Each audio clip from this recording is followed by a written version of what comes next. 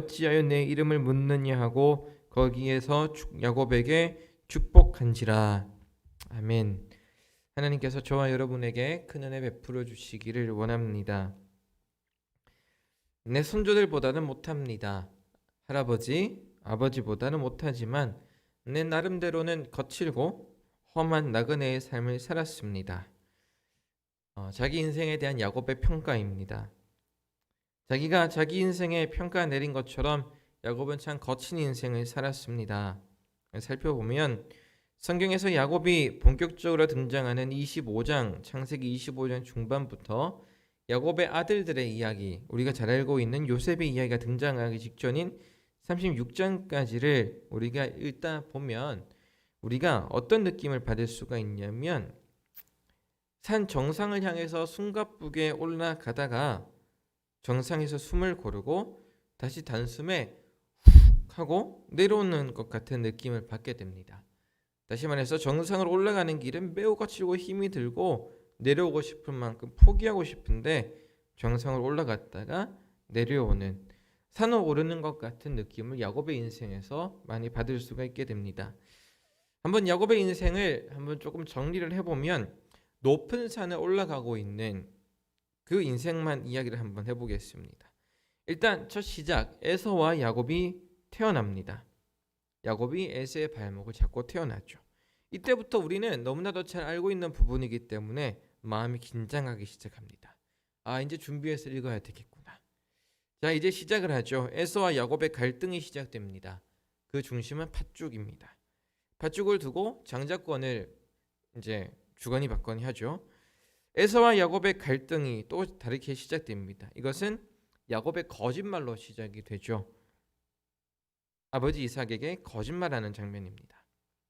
그리고 나서 에서가 야곱을 죽이려고 하고 리브가가 야곱을 하란 삼촌이 있는 라반 삼촌에게로 도피시킵니다. 그리고 야곱이 라반을 만났지만 사기를 당하죠. 결혼 사기를 당합니다. 라반이 야곱을 질투하고 야곱은 두 아내와 함께 도망을 갑니다. 라반과의 문제가 어느 정도 해결이 되면서 긴장이 풀리고 야곱이 고향 땅으로 돌아오는 것 같이 보이는데 에서의 위협이 있습니다. 에서가 죽일 거라고 야곱은 판단했습니다. 그래서 큰 두려움과 혼란에 빠져서 향방을 잡지 못하고 갈팡질팡하는 모습이 야곱에게 보입니다. 이렇게 갈팡질팡하며 산을 오르다가 오늘 본문에 이릅니다. 정상에 오른 거예요. 마지막 힘을 쥐어짜내며 산 정상에 발을 오르는 것, 밤새 하나님과 씨름하는 장면을 거기에 빗댈 수 있지 않을까 생각합니다. 그리고 나서 이스라엘이라는 이름을 얻어냅니다. 그래서 정상에 올랐어요. 이스라엘이라는 이름을 얻었죠. 그러고 나서 모든 것이 해결된 것처럼 보입니다. 그래서 산을 내려오는데 오늘 32장 뒤에 33장을 보게 되면 에서와의 갈등이 있는 것처럼 보이지만 에서와 화해하면서 야곱의 이야기가 대략 마무리됩니다. 긴장감 있게 쭉 올라가다가 한 번에 훅 내려오는 야곱의 인생입니다. 산을 올라가는 야곱의 이야기가 여러분 우리에게 숨가쁘게 다가오는 이유는 그가 등산하는 데 필요한 장비는 갖추었지만 생존에 필요한 정말 필요한 요소는 갖추지 않았다는 것에 있습니다. 저 사람 저렇게 등산해도 될까? 신발도 신지 않고 보호색 장비도 갖추지 않고 물도 음식도 가지지 않고 그냥 저렇게 등산해도 괜찮을까? 우리는 그렇게 고민합니다. 야곱이 갖추지 않은 그 장비는 무엇이냐면 하나님을 의지하는 믿음입니다. 야곱은 하나님을 의지하는 믿음 없이 등산하기 시작했습니다. 하나님을 의지하는 믿음은 생존이 위협을 받을 때 비로소 밝히 드러납니다. 그 할아버지 아브라함은 자기 대를 이을 자녀가 없습니다. 내 대를 이을 자녀가 없다라고 하는 것은 내가 끝나는 것과 비슷한 의미라고 볼 수가 있겠죠. 그럼에도 불구하고 하나님의 천사를 대접하며 하나님의 약속을 믿는 것을 아브라함은 포기하지 않았으며 어렵게 얻은 아들을 바치는 순간에도 여호와 이레 모든 것을 준비하시는 하나님을 향한 신뢰를 놓지 않았습니다.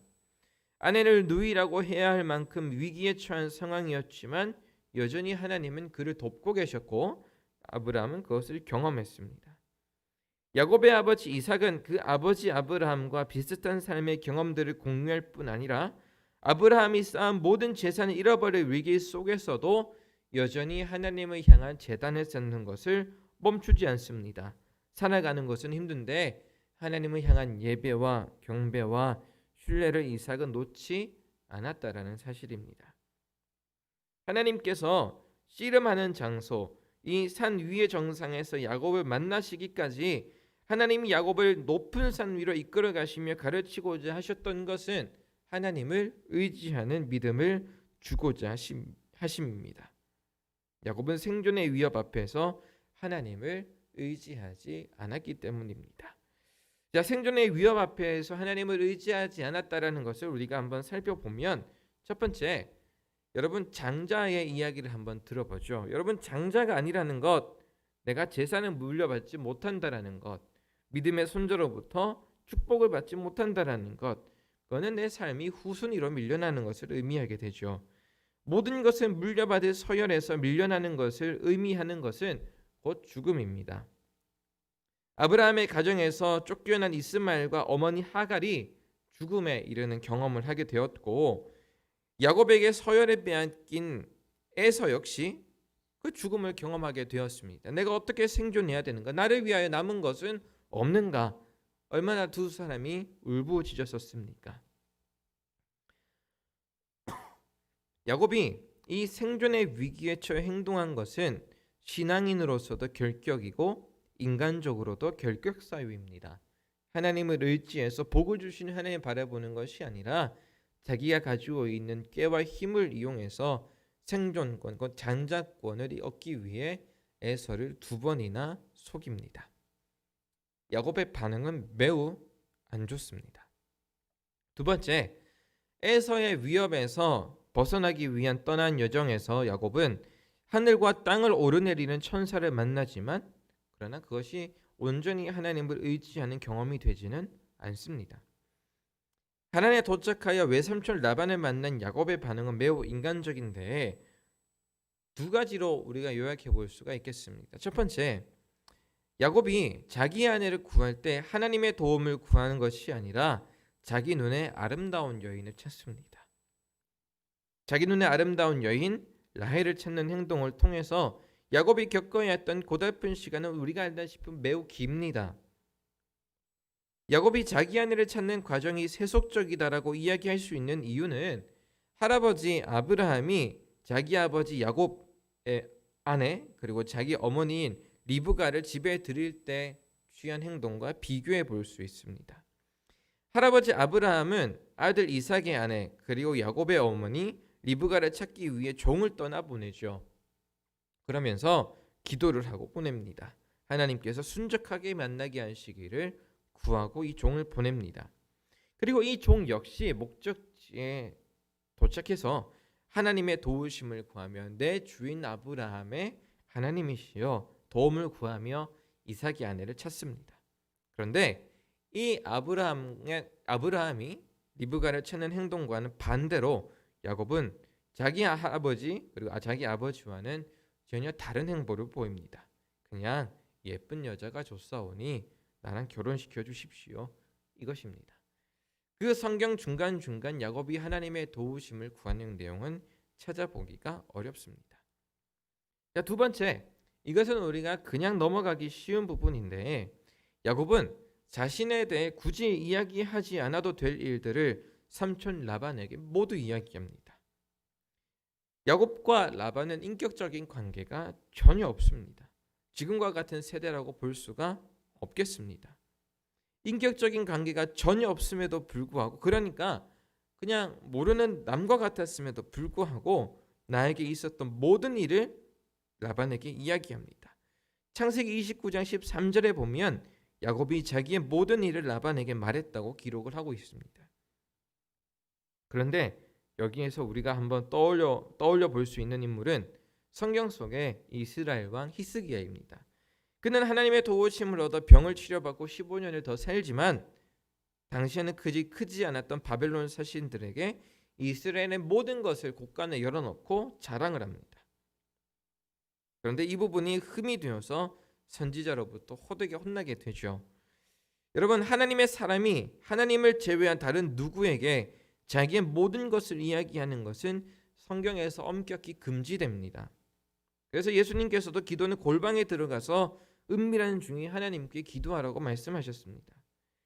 야곱이 자기의 모든 것을 쉼없이 말한 것이 실수가 되는 이유는 그 후에 라반이 야곱에게 취한 행동이기 때문에, 라반이 야곱에게 취한 행동과 비교되기 때문에 그렇습니다. 라반도 역시 야곱에게 잘 왔느냐고 많이 오픈하고 이야기하면 훈훈할 텐데, 야곱이 요구한 나의 대신에 그 언니 레아를 주면서 야곱에게 그 레아의 얼굴을 가려서 보내죠.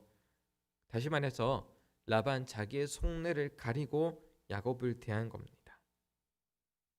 야곱은 다 오픈하고 상대방은 그렇지 않다라는 것. 철저하게 야곱은 자기의 모든 패가 보임을 통하여 이용당하기 시작했던 것입니다. 세 번째, 야곱이 하나님을 의지하지 않았던 이유에 살펴보면, 야곱이 에서를 만나기 바로 직전, 그리고 산 정상에 오르기 직전, 하나님과 씨름을 하여 이스라엘이라는 이름을 얻기 직전, 그는 에서와의 화해를 위해 예물로, 다시 말해 돈으로 그를 달래려 합니다. 얼핏 보면 많은 것을 준다고 하니까 아유 철이 들었구나라고 생각할 수가 있겠지만, 여러분 에서의 입장에서 보게 되면 그건 전혀 그렇지 않습니다. 야곱이 얼마나 많은 재물을 가졌다 한들 그것은 자기에게서 뺏어간 복에 지나지 않기 때문에 그렇습니다. 네가 나한테서 복을 뺏어갔기 때문에 그거 가졌던 거야. 그건 네 거 아니야 라고 에서는 이야기할 수가 있겠죠. 그런 에서의 마음을 전혀 읽어내지 못하고 야곱은 그저 돈이면 해결되리라 생각했던 것 같습니다. 게다가 더 치사한 거는 자기가 먼저 걸어가서 에서를 만나면 될 텐데 가족들하고 아내하고 다 돌려보내고 맨 뒤에 겁이 나가지고 남아있다가 씨름하게 되는 거죠. 끝까지 치사한 사람이 야곱입니다. 그런데 이 후에 에서와 야곱이 만났을 때에 그럼에도 불구하고 야곱은 에서에게 많은 것을 주려고 하지만 에서의 대답은 이렇죠. 내가 가지고 있는 것이 좋게 충분해. 정말 어떻게 보면 에서의 모습이 야곱보다 훨씬 성숙해 보입니다. 인간적으로는. 그렇게 보면 에서는 야곱을 이미 용서했다라고도 보여집니다. 여러분, 누군가의 것을 빼앗아 보기도 하고 자기가 가지고 있는 모든 것을 빼앗겨 보기도 하고 수많은 재산을 가졌지만 그것으로도 해결할 수 없다는 것을 야곱은 등산을 하며 알게 됩니다. 내가 할 수 있는 것이 없게 되는 거죠. 그제서야 여러분 야곱은 정상에 이르고 하나님을 만나 씨름을 하게 됩니다. 하나님과 씨름을 하는 장면에서 야곱은 지금까지와는 달리 홀로 하나님께 나아갑니다. 여태까지 잡아왔던 것들이 아닌 전혀 다른 한 분을 잡습니다. 지금은 에서를 잡기도 하고 어머니 리브가를 잡기도 하고 삼촌을 의지하며 라반을 잡기도 하고 두 아내 라헬과 레아를 잡기도 하고 자녀도 많이 낳고 재산을 의지하기도 하고 그것들을 보내어서 에서 화해하려고 하기도 하고 세상의 많은 것들을 붙잡고 자기 문제를 해결하려고 하지만, 그런데 하나님과 씨름하는 그 자리에서 야곱은 전혀 다른 것을 잡습니다. 하나님만 잡습니다. 밤입니다. 아무것도 볼 수 없고 걷는 것이 제한되고 가장 피곤하고 지치는 그때 야곱은 모든 힘을 다해 하나님을 찾았습니다. 하나님께서 야곱에게 가르치고자 하신 것은 하나님을 붙잡고 있는 것, 그것 자체입니다. 하나님을 붙잡고 있는 것은 여러분 때때로 평생 나을 수 없는 상처를 동반할 수 있습니다. 여러분, 하나님을 믿는 것이 위로를 받고 내가 회복이 되고 다 맞습니다만, 근데 정말 중요한 것은 그것이 예수 그리스도를 따르는 길이다 보니 우리가 상처날 수밖에 없습니다. 그런데 야곱은 끝까지 하나님을 놓지 않습니다. 허벅지 관절이 꺾인 채 하나님을 붙잡고 있는 야곱은 되려 한 가지를 깨달았을 것입니다. 하나님을 의지하는 것은 내 힘과 내 자아와 내 삶을 버티게 해준 그 무언가가 꺾이고 나서야 비로소 가능하다는 것을 알게 되었을 겁니다. 씨름하며 잡고 있다가 나의 허벅지가 꺾여서 비틀비틀거리면 내 상대인 하나님 앞에 더 많이 의지할 수가 있게 되겠죠. 씨름하는 자세에서. 여러분, 예수 그리스도를 따르는 길은 상처낼 수밖에 없습니다. 회복과 온전한 길이 내가 나아진다라는 길이라고는 하지만 필경 십자가를 지는 길이므로 내 마음이든 내 어딘가든 상처낼 수밖에 없습니다. 누군가의 사랑과 화해의 길로 걸어가는 것은 여러분 피 흘리지 않을 수가 없습니다. 두 번째로 축복은 하나님께서 그 백성을 지키시기 위해 값없이 베푸는 은혜입니다. 여러분, 이스라엘의 생존은 하나님의 복이 있을 때에만 가능합니다. 하나님이 축복하셔야, 하나님이 함께 하셔야, 하나님이 계셔야 이스라엘은 강력한 주변에서부터 살아남을 수가 있게 됩니다. 야곱이 축복을 구한 것은 여러분 우리 한국교회가 지금까지는 번영적으로 이야기했습니다. 더 많은 돈을 벌고 더 좋은 직장에 들어가고 더 큰 교회를 가지거나 더 좋은 건물을 가지거나 뭐 이런 쪽으로 이해를 했는데, 그런데 야곱이 하나님 앞에 구한 축복은 그런 축복이 아닙니다. 축복은 야곱이 하나님 앞에 생존을 구한 겁니다.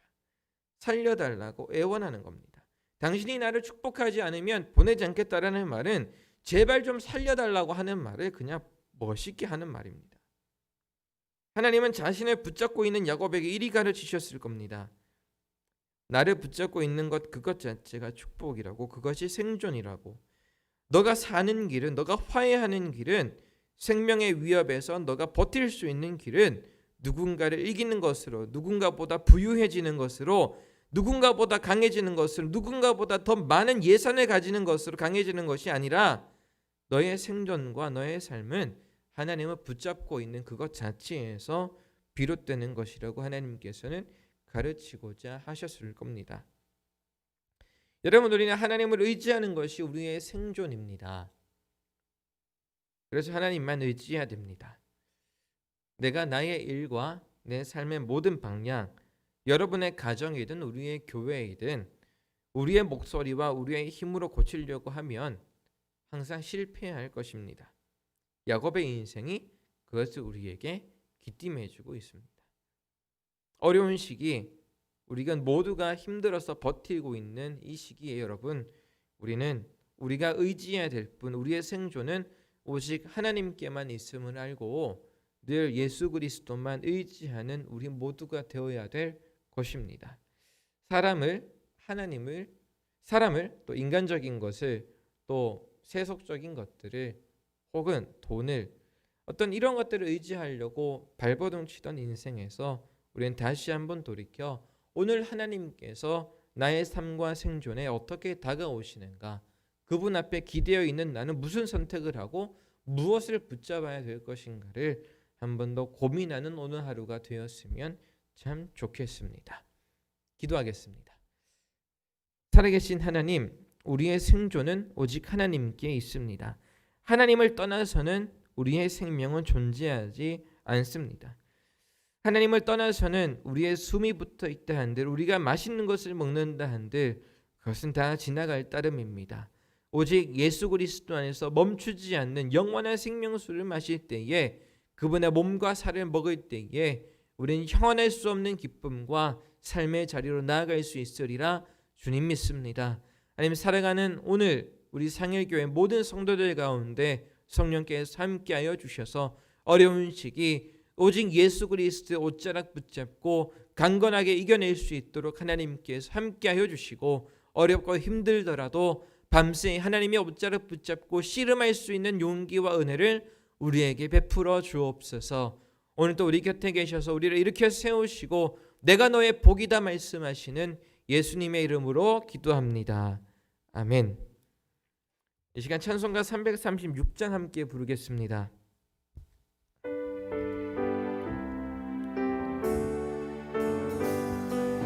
환난과 핍박 중에도 성도는